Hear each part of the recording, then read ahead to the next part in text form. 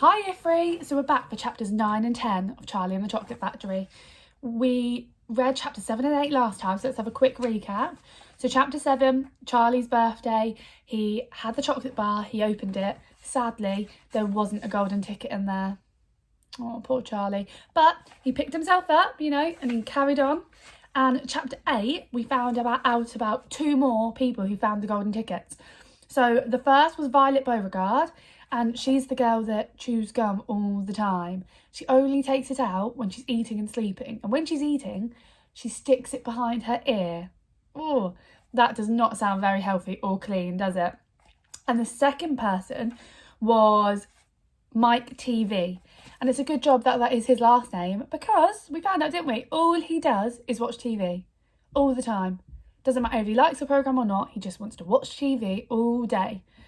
There's a saying, isn't there, that if you watch too much TV, you'll get square eyes. I think that might happen to him, and he might need glasses. So, shall we read chapter 9? Are you ready? Grandpa Joe takes a gamble. The next day, when Charlie came home from school and went to see his grandparents, he found that only Grandpa Joe was awake. The other three were all snoring loudly. "Shh," whispered Grandpa Joe, and he beckoned Charlie to come closer. Charlie tiptoed over and stood beside the bed. The old man gave Charlie a sly grin, and then he started rummaging under his pillow with one hand. And when the hand came out again, there was an ancient leather purse clutched in the fingers. Under cover of the bed, the old man opened the purse and tipped it upside down. Out fell a single silver sixpence. "It's my secret hoard," he whispered. "The others don't know I've got it, and now you and I are going to have one more fling at finding that last ticket. How about it, eh? But you'll have to help me." "Are you sure you want to spend your money on that, Grandpa?" Charlie whispered. "Of course I'm sure," spluttered the old man excitedly. "Don't stand there arguing. I'm as keen as you are to find that ticket. Here, take the money and run down to the street to the nearest shop and buy the first Wonka bar you see and bring it straight back to me, and we'll open it together." Charlie took the little silver coin and slipped quickly out the room. In 5 minutes he was back. "Have you got it?" whispered Grandpa Joe, his eyes shining with excitement. Charlie nodded and held out the bar of chocolate. "Wonka's Nutty Crunch Surprise," it said on the wrapper. "Good," the old man whispered, sitting up in the bed and rubbing his hands. "Now, come over here and sit close to me, and we'll open it together. Are you ready?" "Yes," Charlie said. "I'm ready." "All right, you tear off the first bit." "No," Charlie said. "You paid for it. You do it all." The old man's fingers were trembling most terribly as they fumbled with the wrapper.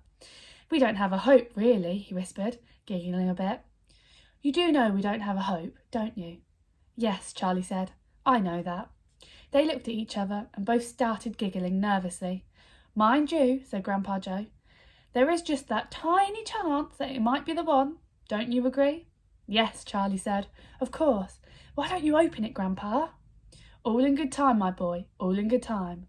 Which end do you think I ought to open first?" "That corner, the one furthest from you. Just tear a tiny bit off, but not quite enough for us to see anything." "Like that?" the old man said. "Yes. Now a little bit more." "You finish it," said Grandpa Joe. "I'm too nervous." "No, Grandpa, you must do it yourself." "Very well then, here goes." He tore off the wrapper. They both stared at what lay underneath. It was a bar of chocolate. Nothing more. All at once, they both saw the funny side of the whole thing, and they burst into peals of laughter. "What on earth's going on?" cried Grandma Josephine, waking up suddenly. "Nothing," said Grandpa Joe. "You go on back to sleep." "Oh, I really thought that they were going to find the golden ticket in that one, didn't you? I'm surprised." Chapter 10. The family begins to starve. Oh, that doesn't sound good, does it? During the next 2 weeks, the weather turned very cold. First came the snow. It began very suddenly one morning as Charlie Bucket was getting dressed for school. Standing by the window, he saw the huge flakes drifting slowly down out of an icy sky that was the colour of steel. By evening, it lay 4 foot deep around the tiny house, and Mr. Bucket had to dig a path from the front door to the road. After the snow, there came a freezing gale that blew for days and days without stopping, and oh, how bitter it was. Everything that Charlie touched seemed to be made of ice, and each time he stepped outside the door, the wind was like a knife on his cheek. Inside the house, little jets of freezing air came rushing in through the sides of the windows and under the doors, and there was no place to go to escape them. The 4 old ones lay silent and huddled in their bed, trying to keep the cold out of their bones. The excitement over the golden tickets had since been forgotten. Nobody in the family gave a thought now to anything except the two vital problems of trying to keep warm and trying to get enough to eat. There is something about very cold weather that gives one an enormous appetite. Most of us find ourselves beginning to crave rich steaming stews and hot apple pies and all kinds of delicious warming dishes. And because we were all a great deal luckier than we realise, we usually get what we want, or near enough. But Charlie Bucket never got what he wanted, because the family couldn't afford it, and as the cold weather went on, he became ravenously and desperately hungry. Both bars of chocolate, the birthday one and the one Grandpa Joe had brought, had long since been nibbled away, and all he got now were those thin, cabbagey meals 3 times a day. Then, all at once, the meals became even thinner. The reason for this was that the toothpaste factory, the place where Mr. Bucket worked, suddenly went bust and had to close down. Quickly, Mr. Bucket tried to get another job, but he had no luck. In the end, the only way in which he managed to earn a few pennies was by shoveling snow in the streets. But it wasn't enough to buy a quarter of the food that the 7 people needed. The situation became desperate. Breakfast was a single slice of bread for each person now, and lunch was maybe half a boiled potato. Slowly but surely, everybody in the house began to starve. And every day, little Charlie Bucket, trudging through the snow on his way to school, would have to pass Mr. Willy Wonka's giant chocolate factory. That's the gate he passes on the way to school.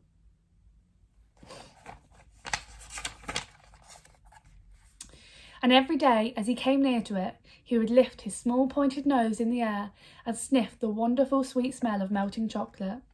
Sometimes he would stand motionless outside the gates for several minutes on end, taking deep swallowing breaths as though he were trying to eat the smell itself. "That child," said Grandpa Joe, poking his head up from under the blanket one icy morning. "That child has got to have more food. It doesn't matter about us. We're too old to bother with. But a growing boy, he can't go on like this. He's beginning to look like a skeleton." "What can one do?" murmured Grandma Josephine miserably. "He refuses to take any of ours. I hear his mother tried to slip her own piece of bread onto his plate at breakfast this morning, but he wouldn't touch it. He made her take it back." "He's a fine little fellow," said Grandpa George. "He deserves better than this." The cruel weather went on, and every day Charlie Bucket grew thinner and thinner. His face became frighteningly white and pinched. The skin was drawn so tightly over the cheeks that you could see the shapes of the bones underneath. It seemed doubtful whether he could go on much longer like this without becoming dangerously ill. And now, very calmly, with that curious wisdom that seems to come so often to small children in times of hardship, he began to make little changes here and there in some of the things that he did, so as to save his strength. In the mornings, he left the house 10 minutes earlier so that he could walk slowly to school without ever having to run. He sat quietly in the classroom during break, resting himself, while the others rushed outdoors and threw snowballs and wrestled in the snow. Everything he did now, he did slowly and carefully, to prevent exhaustion. Then one afternoon, walking back home with the icy wind in his face, and accidentally feeling hungrier than he had ever felt before, his eye was caught suddenly by something silvery lying in the gutter, in the snow. Charlie stepped off the curb and bent down to examine it. Part of it was buried under the snow, but he saw at once what it was. It was a 50-pence piece. Quickly he looked around. Had somebody just dropped it? No, that was impossible because of the way it was part buried. Several people went hurrying past him on the pavement, their chins sunk deep in their collars of their coats and their feet crunching in the snow. None of them were searching for any money. None of them were taking the slightest notice of the small boy crouching in the gutter. Then, was it his, the 50-pence? Could he have it? Carefully, Charlie pulled it out from under the snow. It was damp and dirty, but otherwise perfect. A whole 50-pence. He held it tightly between his shivering fingers, gazing down at it. It meant one thing to him at the moment, and one thing only. It meant food. Automatically, Charlie turned and began moving towards the nearest shop. It was only 10 paces away. It was a newspaper and stationery shop, the kind that sells almost everything, including sweets and cigars. And what he would do, he whispered quickly to himself. He would buy one luscious bar of chocolate and eat it all up, every bit of it, right then and there, and the rest of the money he would take straight back home and give to his mother. So he's hit a bit of luck,